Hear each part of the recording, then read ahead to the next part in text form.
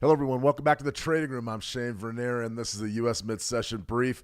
Today, we're talking about the week ahead. We're talking about 2026, the first full trading week, and man, we've got a doozy for you. NFP's on Friday. That's going to be the headliner. Right now, we're seeing some serious market volatility. U.S. stocks are trending higher. Commodities are all over the board. We have natural gas coming off of session lows. We have U.S. oil textbook short squeeze. We talked about the short squeeze on Saturday live after the Venezuela strikes on Venezuela.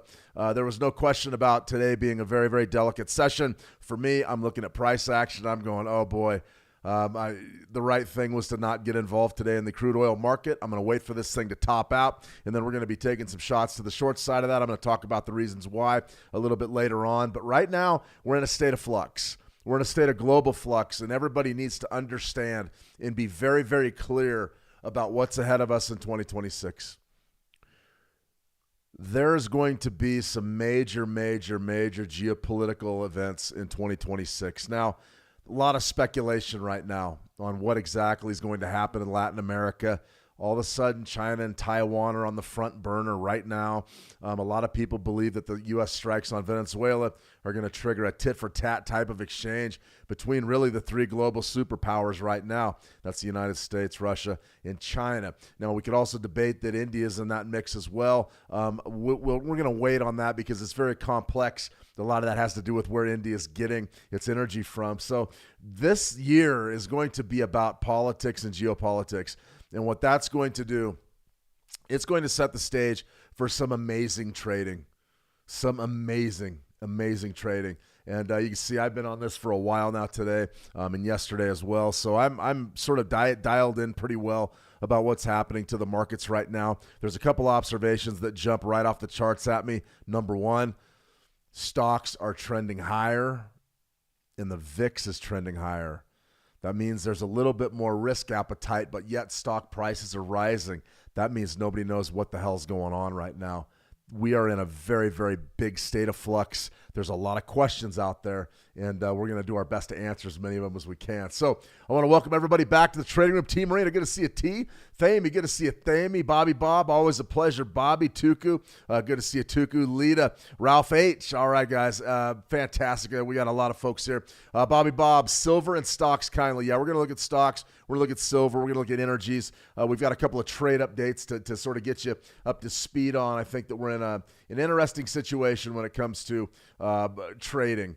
Today's going to be delicate. And we knew today was going to be delicate going in, but there's nothing wrong with that. I think that we're in pretty good shape here early on. We've got one trade idea that I'm really starting to like. I would love to start off the year with a nice victory, and I think we're going to get it. So I want to welcome everybody back. Tina, always a pleasure, Tina. All right. Locked and loaded, ready to go, guys. Okay, so the big thing that we need to be understanding what's happening in the markets is the U.S. strikes on Venezuela. During the weekend hours, as it always happens, we had a major geopolitical event, and what that was the United States making a daring extraction of Maduro from Venezuela. He's actually in court today in New York City. And they're going to go through the whole legal rigmarole. That's going to take a long time to play out. It won't be fast. So don't expect anything to be really rectified there. What we can say about it is it was an incredible success for a military operation to take no casualties, and actually taking hostile fire was really sort of amazing on the United States part. Going into a major metropolitan area and extracting a leader is no easy task. So a lot of people are really blown away by the precision that operation was carried out. That being said, is this just the beginning of something bigger? The markets right now, U.S. stocks are up.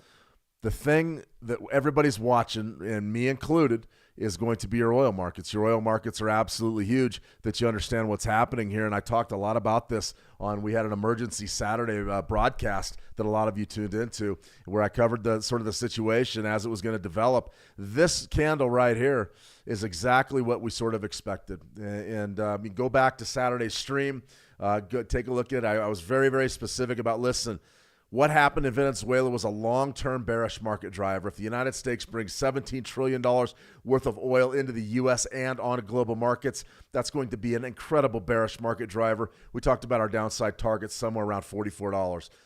As far as what's happened today, it's been an absolute head fake. We saw initial selling that took us down to about 56.50. We saw an overnight washout down around 56.31, and now we've seen the rally. And what's happening in this rally? Retail shorts are getting eliminated. It's too tough to hold a short position right now. Prices are up above 58.25 for no real reason. Now, the only thing that could really fundamentally be driving these oil prices higher is maybe more strikes. Maybe more strikes on Latin America. There have been some saber rattling out of the Trump administration. Trump calls out Colombia's President Petro, and Cuba's. There was also some saber rattling out of Venezuela from that delegation that's now in power. The vice president is in control down there. Actually said that there were going to be some military resistance towards the Trump administration and what they want to do leadership-wise in Venezuela. That would be an incredibly poor idea. And what that will do is that would set up potentially another wave of attacks. In essence, that is what your long side bettors or traders are betting on today. They're betting on this thing bogging down into a quagmire. I don't believe that's going to happen. I'm confident that some deals have been made. We don't know what they are. They're behind the scenes. But I was very, very surprised that you would see sort of a military operation go that smoothly. They rarely do. Typically, if it was, they probably knew they were coming, maybe signed a deal or something with leadership down there to say, hey, we're coming in, we're getting your leader, and if you don't toe the line, we're going to come and get you. And I'm pretty sure that's sort of the idea right now. The longs are in control right now. There's no question about it. U.S. oil's up 1.65%.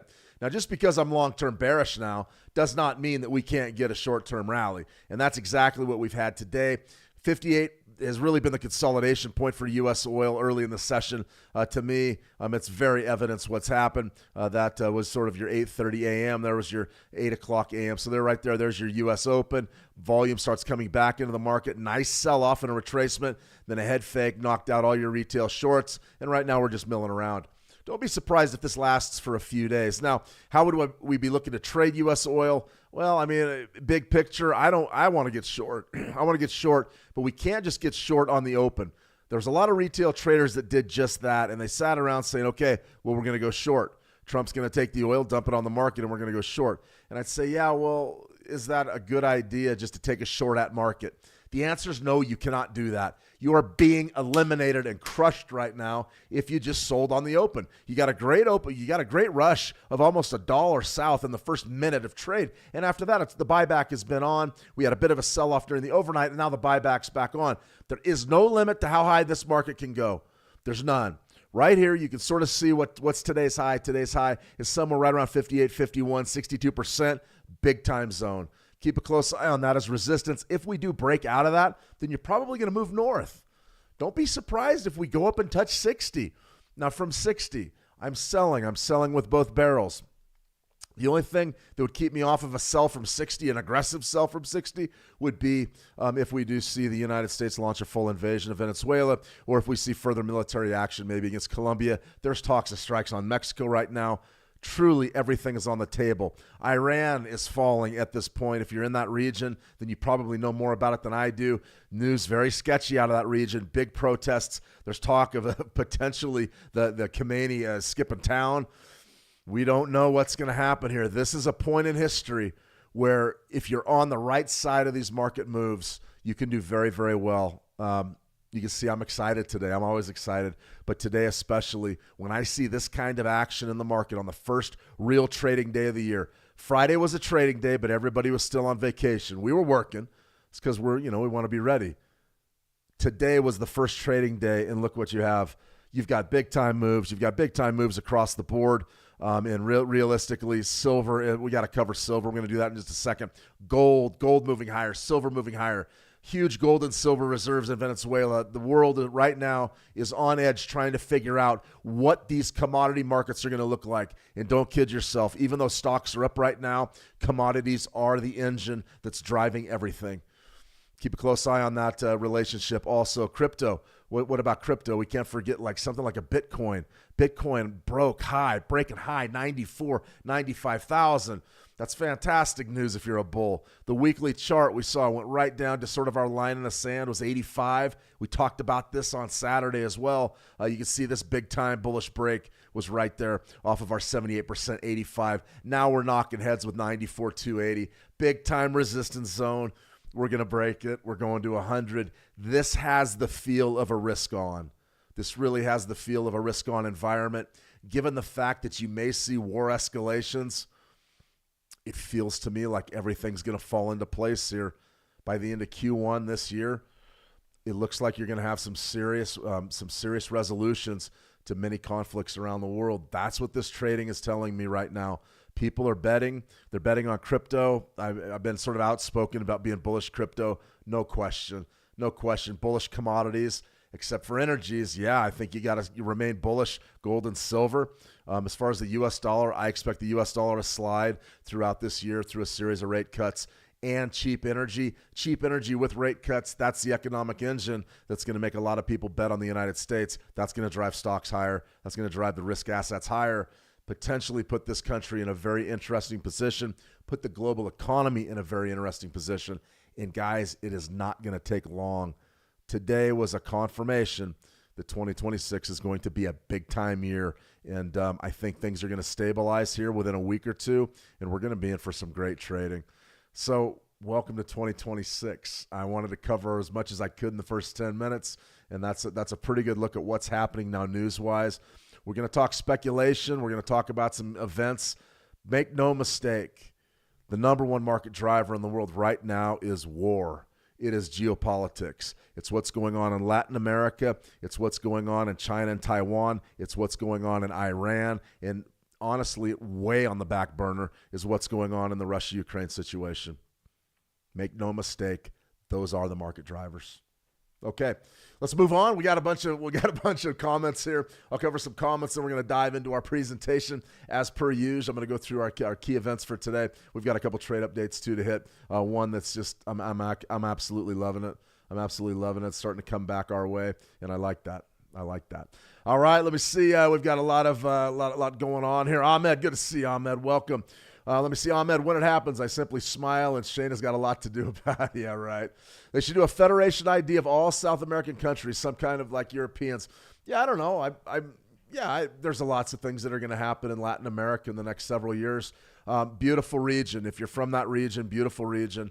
I had an opportunity to go to Costa Rica years ago. Absolutely loved it. I mean, the jungle down there is like nothing I've never seen as being a small town country boy from Montana up here. We don't have rainforest. I loved it. I thought it was really great. Had an opportunity to go fishing down there. Mexico, I've been all over Mexico. And honestly, haven't been in quite some time because it's been a rather dangerous place to be. In my opinion, it wasn't worth the risk. However, I think all that's about to change, and it's going to be a real exciting time for a lot of people, and we're going to be one of them. We're going to position ourselves properly, and we're going to do some nice work. Andrea Gar, well, good to see you. Andrea, welcome. PM, good to see you. PM Sis, welcome. Let me see. Happy 2026, Tina. Absolutely. Silver's a 5% increase. Yeah, we're going to pull silver here in a minute. One last comment. TM, didn't the Rockefellers expand Standard Oil Company to Venezuela back in the early 1900s? I believe so, TM. I know they were in Ecuador pretty thick. I'm not necessarily sure about the holdings in Venezuela, but when the communists took over in Venezuela, they nationalized the oil. So that meant all the companies that were operating down there, no bueno. It didn't work for them. That's going to be different. Do you think perhaps the U.S. is taking it back with this takeover? I think the U.S. is going to take back a lot of oil from there. And I say take back just because the companies that were operating there are going to go back to operating there in one form or another. Now, whether that's right or wrong, that's not up to me. I'm a trader. I trade crude oil. I trade stocks. We trade crypto. I'm not going to sit here and give you a political commentary, but believe you me, there is a tremendous incentive to be there, and that's why the United States is there. Also, it's a sphere of influence thing. Make no mistake, China was on the ground doing deals with Maduro. They shook hands several hours before he was apprehended. China was in the region deep. Russia was in the region deep. Take a look at the Russia-Venezuela gold trade. It's absolutely huge. The United States decided that they weren't going to allow that. We're going to see exactly how it plays out. But we're a long ways from the finish line here. But stability to the region, it's going to take a bit, but it'll be there. It looks to me like it's going to be there. So we will see exactly what happens. Okay, let's get on with it. Too much politics already, but we've got to talk about it because it's the number one market driver this year. It really is. Trade update, Euro USD in play to open 2026. Let's go ahead and take a look at the chart. This was a nasty trade early. This was one of those that we had an entry somewhere right around 116.94-ish.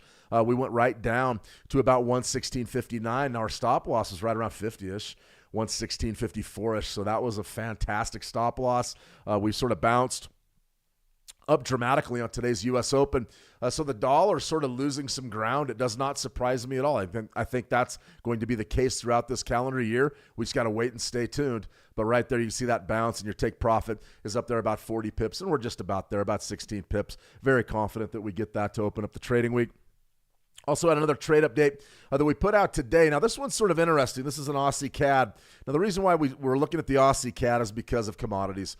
No question about it. We wanted to make darn sure that we had an opportunity potentially to get in on a decent trade.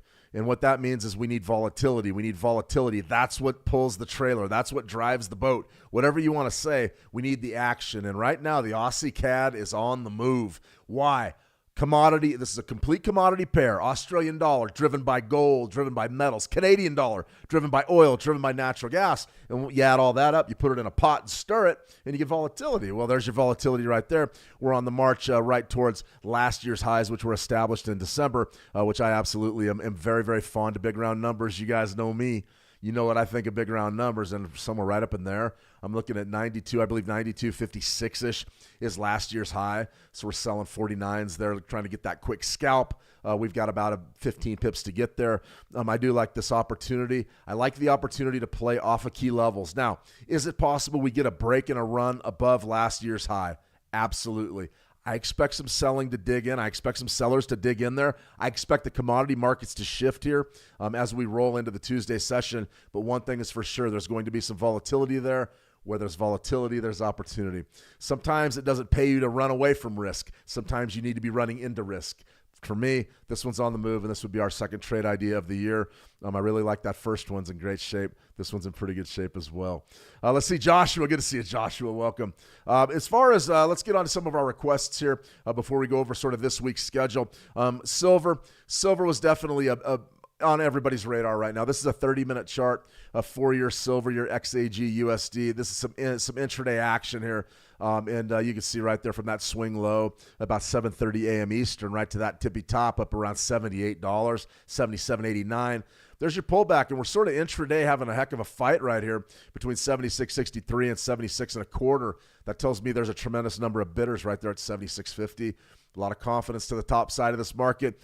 Sort of the bidders are reestablishing themselves, sort of showing their heads, saying, hey, listen, we really like silver to the top side. Interesting dynamic that everybody would be bidding silver in this instance, although war, geopolitical strife, all that uncertainty typically drives metals higher. There's no two ways about that. Typically, it's very, very good to metals. The difference in this situation is these supposed silver and gold reserves that Venezuela's sitting on. Now, the idea that you would open up another big supplier of silver and a lot of those reserves to the rest of the world theoretically would be a bearish market driver, at least the idea that that could happen in the short term. It's not happening. This is a bullish market, complete bull market. I don't want any part of this thing to the short side. If you wanted to bid this intraday, you probably could get away with doing just that. It's just be careful with your risk. I mean, anything can happen. This market can sell off back down to 75 before we continue higher. I really like that on an intraday trade, though. 76 right there, 76.75. Probably a pretty good late day bid. As far as what can we expect later on in the session, well, I mean, it's really hard to say. The move's there. I mean, there's your daily chart. So what do you got? You're up about 5.5%. You really came off of this, really compressed on the 2nd of January. We talked about Friday being sort of a lame duck session, and there's your break in your run towards what? Your all-time highs, which are up there at 84. So what you need to do here is if you're trading silver, mark these lines on your chart. That high right there is about 84. Keep a close eye on 84. For me, the big 10,000-pound elephant in the room, or whatever you want to call it, is right there at 80. So for me, it's relatively simple to trade this. I'm looking to you want to get long if you possibly can. You want to get long towards 80, and then right around 80, maybe reconsider your position, something like maybe a short-term scalp from 80, but I wouldn't even mess with the short side of this market at all. You can see the sellers dug in right in front of 85. They sold 84s. I believe we're going higher. I believe we're going a lot higher. I think we're going to 100. Does it happen right now? My bet is 75 to 100 is going to happen faster than 50 to 75 did. So let's go ahead. You can count the days when we hit 50, so it's somewhere right down in here. So what did we have? About 4 weeks there, something like that, 5-6 weeks before we got the big compression, the big volatility right at 80. And I'm looking for maybe we've only traded 75. How many days now? 1, 2, 3, 4, 5, 6. I think you're looking at a next leg up, and it could happen anytime. So for me, what does that mean? It means I want to get long. I want to get long any way that I can. I don't care for this 4-hour sort of market structure, sort of a spike low, spike high, now compression. I'm not into it. So let's go ahead and let's step back to our daily chart, have a good look at maybe we can get a pullback. I mean, any kind of pullback for me is definitely getting my attention. Spike low there to a spike high. And that could be a very beautiful thing right there. Very beautiful thing. Pullback zone, maybe somewhere right around, yeah, I mean, it's almost a perfect trade, 75s. This is a big market with big volatility in it. If you try to be fine down to the pip, you're going to run into trouble. You need to be flexible with your thinking. 75, if I have a 38% retracement on basically a 3-day range at 74.88, I'm looking at 75s. So whatever you have to do to dial your leverage down to make that work, it's probably in the ballpark. So you definitely want to do that. I'm looking at that right now. I'm looking at silver pretty much every 20 seconds, it seems like. But just a fantastic market, great trading. I'm very interested, though. Even that 30-minute chart has my eye as we roll deeper into the session. Like I said, this would be deemed what I call a higher risk trade, something like that on that current wave. That's an interesting area right up there at 76, 75-ish. What would the U.S. session look like? Something right around here. There would be your cash open. So you can see you're getting pretty deep into a retracement sequence from that U.S. session. Does the rally continue or does it fizzle? Like I said, I want to make my mistakes to the long, but if we do sell off later today, it wouldn't surprise me at all. I mean, the market has been absolutely rocking and rolling, and that's really something to see out of silver. A silver market that for the longest time would not move, and it is on absolute fire right now. That's for sure. Let me see. Universal. Good to see you, Universal. Hey, Shane, gold and geopolitics. None can predict. It's extremely uncertain. Any moment, anything can happen after what happened in Venezuela. It's literally frustrating to absorb. The key is to adapt, absolutely. Just remember, I mean, one of the old sayings I used to have on these live streams is if it has a pulse, we can trade it. I mean, that's the bottom line. If it has a pulse, we can trade it. And the bottom line is this. All these markets have a pulse. Fall back on your technicals. It's very, very difficult to sit here and fundamentally trade when you're looking at a situation where anything can happen at any given moment. We talked about this on Saturday during the news brief or the news blitz. It was very important that we understood that even though we have a bearish prognosis for WTI crude oil, there's absolutely no question about that now. It didn't mean we couldn't see a rally today. You know, it's the old thing. I mean, what is it? Sheep get sheared and pigs get slaughtered. There's a lot of pigs getting slaughtered today. A lot of retail shorts stepped up to the plate and said, I'm going short. I've got a $25,000 account. I'm going to go ahead and take a short. I'm in perfect position to catch this run downwards. Take a look at the comments beneath the live stream that I did. Well, I could show them to you. The idea is short it. And I go, not so fast, my friend. Remember, the market is out to get as many people as it can. It's out to get me. It's out to get you. Now, the beauty of this is we can keep our left up and not let it get us. Be smarter than the average bear. Don't run in. I had it on my X account over the weekend. I go, fools rush in. We don't know what's going to happen. Right now, we got a pretty darn good idea what's happening. The markets are really digging the long side of 2026. That has to do with rate cuts. More on that in a minute. But also, the markets are very, very skeptical about this just being an isolated incident in Venezuela. They're not sure. They think that maybe another wave of attacks is coming. We've got to consider that as being a potential. And if that does happen, then crude oil does go up. But eventually, without Maduro there, with a more, let me put this a different way, with a more cooperative, I guess, government there, the oil is going to flow, and it's going to flow like it did back in the 90s. So if that's the case, the 80s and 90s, if that's the case, crude oil is going to head down, even though the dollar is going to weaken. Something like that. Let me see. Placing a pending order at 76 on silver. All right, Tina, that's aggressive. But, hey, go, if you got to do it, you got to do it. I get it. Believe me, I understand. That silver market's juicy. There's a lot of opportunity there. That's for sure. All right, week one. I mean, this is big. Week 1, 2026, our first full trading week of 2026. This is going to be a big week. I'm excited already. Can't wait to get involved. ISM PMIs, I'm not interested in all. That did nothing today. This is all about the news cycle. German CPI and S&P Global PMIs, that's interesting. German CPI may, in fact, generate a little bit of heat on that Euro USD. Right now we're printing about 117.20. Profit targets up there at about 117.34. Love that trade. Came back nicely. Sort of like in golf. I don't know if you guys play golf, but I'm playing the draw there.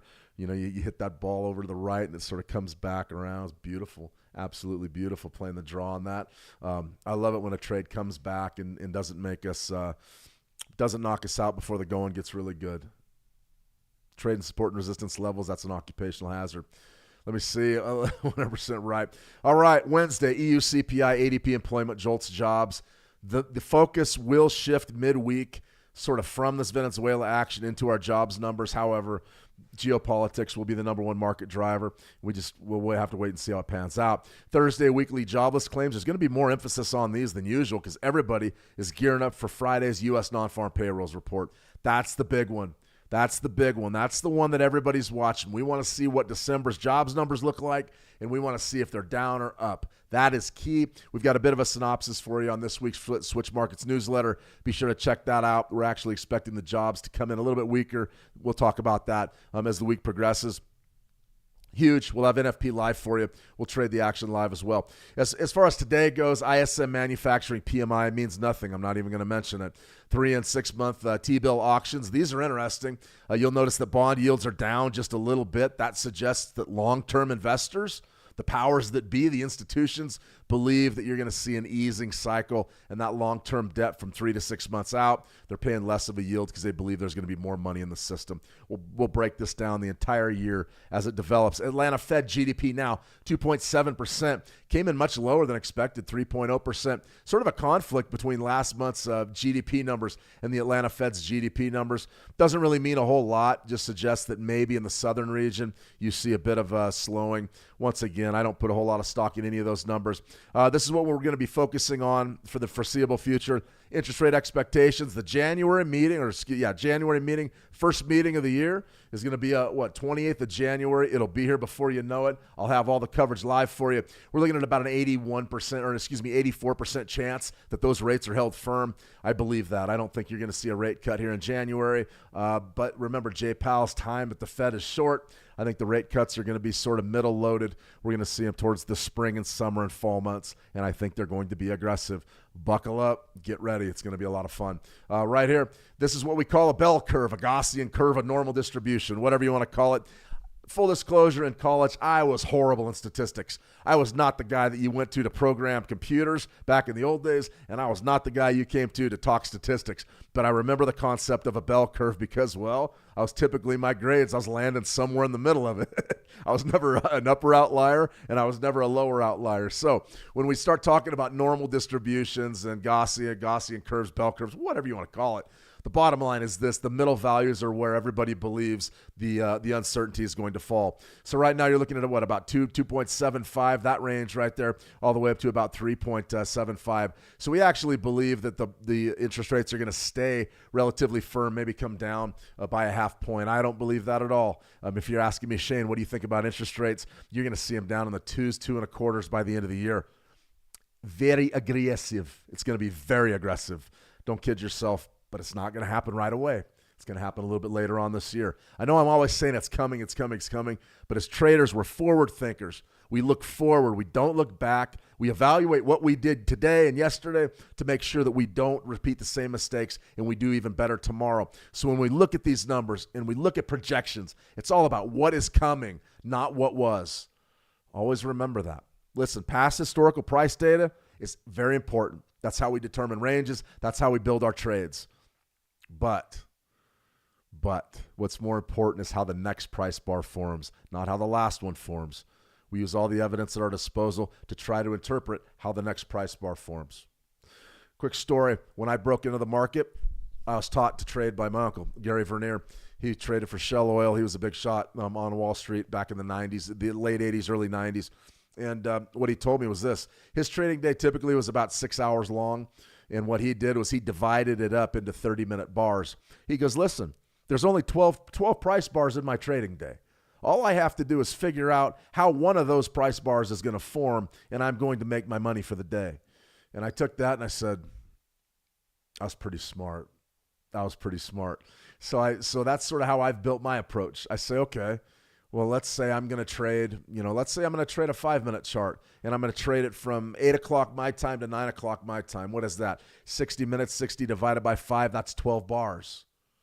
All I got to do is figure out how one of those 12 bars is going to form, and I'm in great shape. Something to think about there if you're struggling. Don't make it hard. Make it easy. Trading can be easy, guys. That was my old baseball coach when I was a baseball player. He goes, it's an easy game. You throw the ball, you catch the ball, you hit the ball. It's an easy game. Trading's easy. Buy low, sell high, buy low, rinse and repeat. That's what we're going to do in 2026. All right. If you want to get in on the action, be sure to head on over to the switchmarkets.com brokerage service. They've got you covered if you're an international locale. If you don't believe me, check out Trustpilot, 842 reviews. Check those reviews out. Pretty darn good rating. What you've got here is pretty much everything you need to trade. Every market you could ever imagine. Thousands of global markets, commodities, Forex, CFDs, stock CFDs. Pretty good stuff are available. You see all these indices and everything ready to rock and roll. Brent crude, we didn't even talk about Brent. Probably talk about that a little bit later this week, but that's also up 1% today. High leverage, zero commission accounts. They got everything you need. And they've also got all sorts of bonuses online for the new year. So be sure to head on over to Switch. They got you covered. Take full care of your trading needs over at Switch. How to trade. This is a YouTube channel that we built over the last year, so I haven't posted to it in a while. You can find our live streams here. We prefer that you head on over to Switch Markets, so check them out there. A lot of videos here, and I've got the question 5 times today, so I'm going to go ahead and address it. Shane, I'm looking at swing trading. I want to swing trade. That seems to be hot right away, the first day of the year. Swing trading. Well, I like the 920. 920 EMA crossover. Pretty darn good swing trading approach. Use it on the 4-hour chart for Forex, the daily chart as well. Check that video out if you haven't seen it. That shows you exactly how to trade the strategy and what you need to do to trade it. So when we talk 920, I'm all over the place today looking for 920 trades. This was the Halliburton stock we talked about on Saturday. On Saturday, I said, watch Halliburton on Monday. Maybe it'll go, maybe it won't, but we knew something was going to happen. Right now, it's up about 11% on the Venezuela news. More interesting, more to everybody's liking here, gold, all right? So we've got our gold market up right here. Here's our 920 EMA crossover on the daily. Not much has happened. We don't have a crossover. If you wanted to catch this crossover back on the 10th of November, you absolutely crushed it. Now, here's an interesting development, though. A lot of folks say, Shane, is the top end for gold? And I go, no, it's not. There's your 920 set up on a 4-hour. I got asked this question by a trader specifically earlier today, and the question was this: Shane, I trade gold. I can't sit in front of my monitors all day. I actually got the same question in our live chat on how to trade. I need a swing trading approach that's going to set me up minimal work, and by work meaning you don't have to sit here on a 5-minute chart or something like that. You can let these trades sort of run for you. There it is. 4-hour chart. I love it on commodities. I don't like it on crude oil, though, because that's not really what I like to do in crude. I'm 30-minute chart guy during the U.S. session, but that's neither here nor there. Gold is a true 24-hour commodity. The volumes typically are there throughout the trading day. They're going to start dying off probably right now until the U.S. close, but they're going to start up again on the Japanese Open, especially given this environment. You got a sort of a 4-hour bid there, though. So the question was this: Shane, how do I build a trade on this? And I go, well, watch the video. That'd be the first thing I'd do. But a couple of ways you could use your stop loss. You'll notice if you played your stop really tight there, you got swept out. That's what I call a retail squeeze. They blew everybody out before the market started rallying. So realistically, your stop loss needs to be down in here. Swing low. What does that mean? It means you're going to have to adjust. You're going to have to adjust your leverage so you can afford it. I mean, that kind of trade with full leverage is almost impossible to execute. You can see just how huge the dollar amount is. So you've got to be able to dial your leverage down. But if you can do something like that, you could definitely be looking maybe to the top of market structure as your first profit target, somewhere in there, maybe 45.48. That's not necessarily the worst idea in the world. But what about this? Now we're going to do my basic analysis on this type of trade, on this market here in just a second. Remember, 4,500 is huge. 4,550 is the all-time high. What happens if you break out over the 4,550 area? You're going to 4,750. So there's a lot up there. There's a lot going on. Probably a conservative trade, especially on a 4-hour chart, would be something like this. Be right up towards the top of market structure, this side of all-time highs. Give yourself an opportunity to succeed roughly a 1-to-1, something like that. Interesting trade. We're going to be watching this one throughout the trading week. That's for sure and certain. Now, there's one last one I want to cover on this. Let's see, on this 920. Occidental Petroleum. Interesting price action. 4-hour chart. There was your bid. Came across the board the 30th of December. Take a look at what happened here. Huge rally.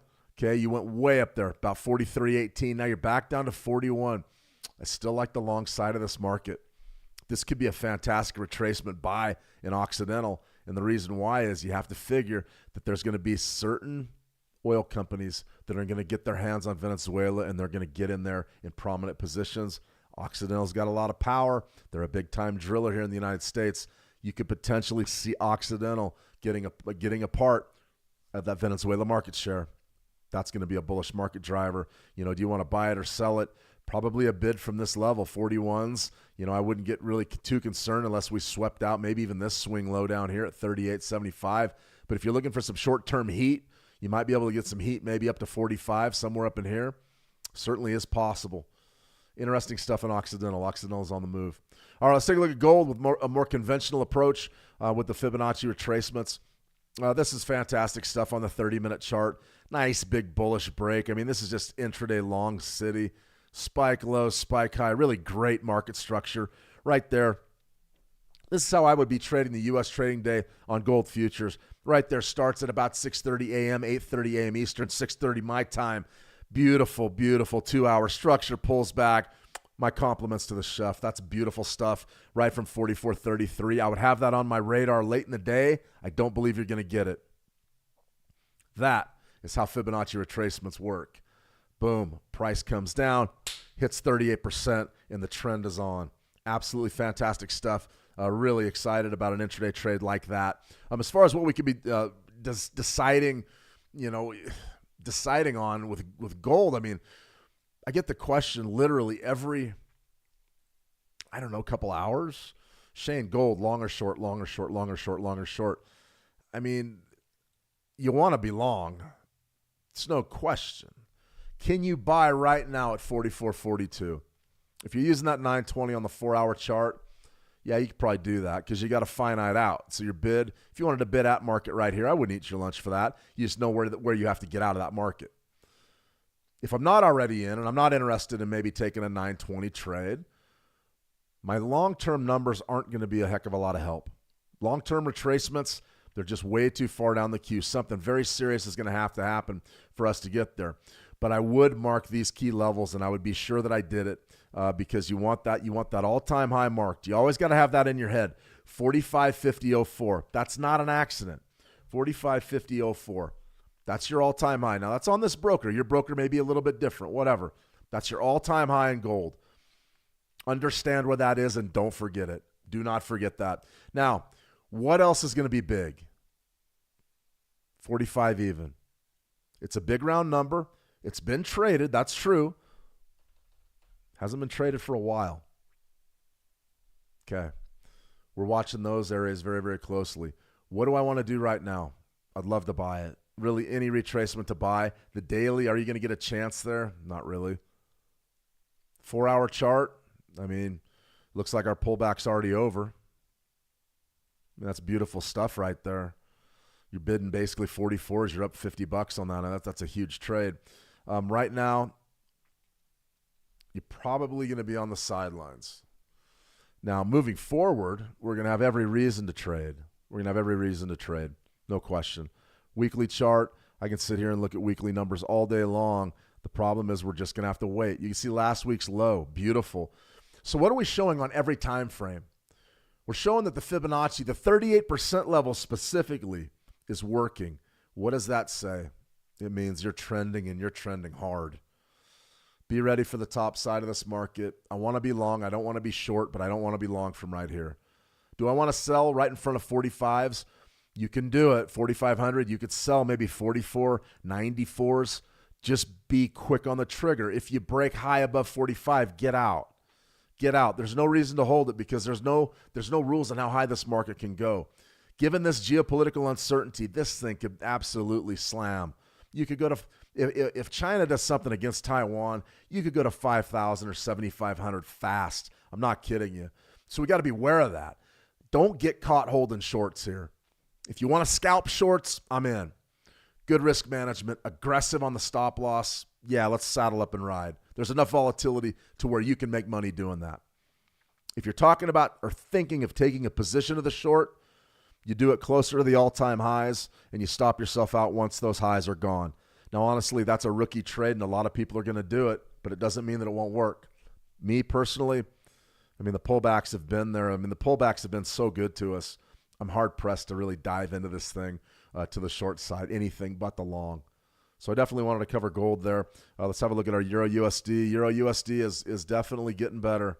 We're really starting to cook to the top side now. Love what's happening here. Printing 117.22s. This is pretty good stuff. First real trading day of the year. This is pretty good stuff. So you definitely interested. I'm fascinated. I can't wait to get involved with some meaning. I think this year is going to be absolutely fantastic. Give these ranges like a quarter to set up. 4, 5, 6 weeks to set up. We're going to have some ranges that are just beautiful. Great short-term volatility here. I mean, this has everything that you want. It really does. All right, let's see. What do we got? Derek, good to see you. Derek, good one, man. All right, we're on fire. Everything happened before the market opened. Yeah, Purple. Right now, everybody's settling in the U.S. Everybody's settling in, and they're trying to figure out what's the play. What do we want to do tomorrow? That's what I'm thinking right now. We're looking closely. I'm going to show you some betting odds on when maybe the next strike can be coming. We're going to talk about maybe what could be next. And it's going to be wild speculation, but I have to talk about it because it's important. T. Marine, I went long on the Great Britain pound CAD last night using the 920. Was nice. Fascinating. I'm glad you got some action. No doubt because of the oil markets. Anything to do with the CAD was moving. Definitely. Let me see. Purple, I'm out today, taking it day to day. Nothing wrong with that. Nothing wrong with that, Purple. You cut your losses. You come back ready to rock and roll. That's the way this works. If you got hit today, tomorrow, the next day, and Friday, I mean, it's going to be a solid trading week. No kidding. Jeanette, good to see you. Jeanette, welcome. Howdy down under. That's a tough time zone, still be awake, but fantastic. I'm glad you're joining us live. Happy New Year. Absolutely happy New Year to one and all, everybody that's joining us here today. We got a good crew, of traders. Very excited for this year. All right, guys, let's put on our thinking caps for a minute and think about what can happen. Polymarket, here's your betting odds. I'm already looking at another U.S. strike on Venezuela. You can see that they have the date and the percentage chance. So by January 10th, 6%, 9%, the 31st. But it's interesting because as the springtime goes, and by the end of the year, it's about a 50-50 chance that you have another strike, 29% by March 31st. It's interesting how these odds increase as the year goes. So a lot of people believe that you're not done in Venezuela. I don't know. There's a lot of saber rattling right now. The news feed is evolving by the minute. I've been looking at X a lot this weekend, and I don't like being on there, but I'm on there and checking things out. And it boils down to this. If the government that's in control now in Venezuela does want to resist and does not want to play ball with the United States, there will be more incursions. There will be more military actions. There's no question about it. That's going to be big. Now, we haven't talked at all about Iran and what's happening in Iran because there's only so many hours in a day. But major protests in Iran, economic crisis. The local currency has collapsed. Essentially, folks are in the streets. You know, I can Google a quick story for you and show you, but it's very serious there. Growing Iran protests rattle leaders as Trump threatens to intervene. What to know about protests in Iran. Iran protests prompt Trump warning over deadly government crackdowns. Leaders struggle to end protests. U.S. action in Venezuela stokes fears. Khamenei has escape plan to flee to Moscow if regime fails. That's the one right there. Now, is any of this accurate? I don't know. I don't speak to the accuracy of anybody in the media. I speak to the accuracy of our charts and how we read our charts. I also speak to the accuracy of my experience in the markets. I have no clue if Khamenei has any plans to leave. No idea. None. But if you see regime change there and you have somebody come into power that is more receptive to dealing with the West, that's even more oil on the global markets. You're talking about freeing up Venezuela and Iran. That's a lot of oil. And I know it comes back to oil, but oil is energy. And at this time, and there's lots of technologies out there. We don't need to be relying on fossil fuels. We don't. And I'm not talking about electric cars or hybrids or solar or anything. There's all sorts of energies out there that can be used, can be adopted. They haven't been. We're still on the fossil fuel system. And as long as that is the case, oil is going to be incredibly important. And so it doesn't matter what you think of it. It just is what it is until it isn't. For me, oil is the engine that's driving everything right now. And we're talking about potentially a huge dump of oil on the global markets. That's why if this does develop, if you start to see regime changes all over the place, then oil is going to tank in a big way. Now, here's the other side of that.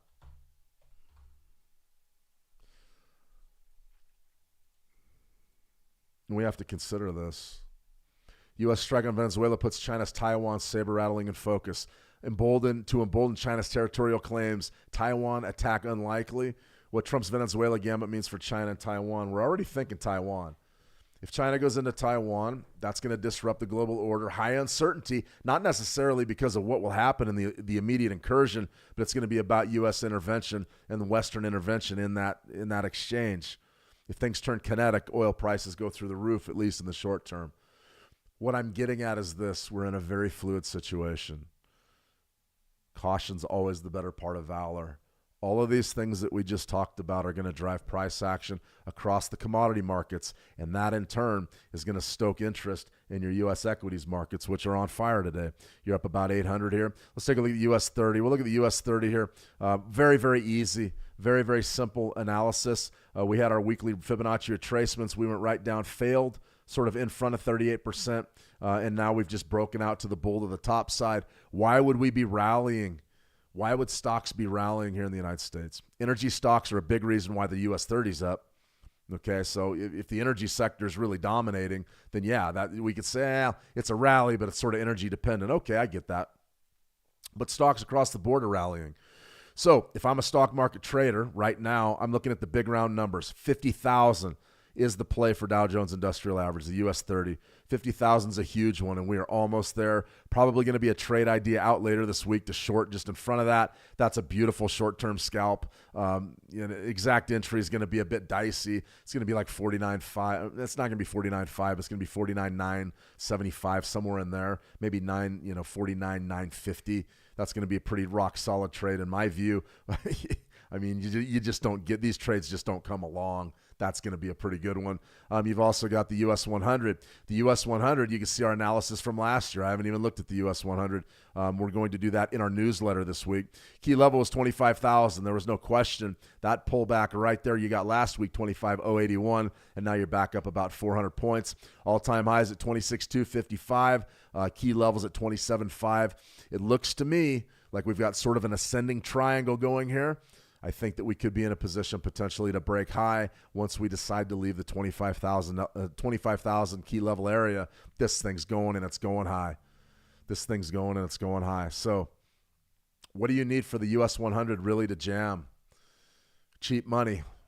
Interest rate cuts are what makes tech go. A lot of people disagree with that, but behind the innovation, you have to have financiers, and the financiers have to be extending capital at an affordable rate. That's essentially the heart of innovation, is funding, getting funding, right? That's what the Nasdaq's all about. So if you do see that dovish policy come into play, more than likely you'll see a bullish year out of the U.S. 100. U.S. 500. Do we have a key level here? Sure we do. We got a key level on all of them. 7,000. That's the one. Weekly chart. You want to look at the monthly? Monthly should be pretty obvious. What do you got here? It's a bullish flag. 2025 or 2025's panic lows of April, the tariff panic lows. What do you got here?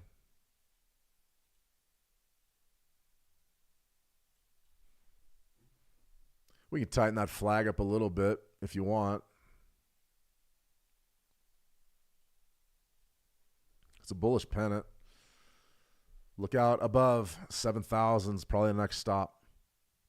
A lot going on in the markets, guys.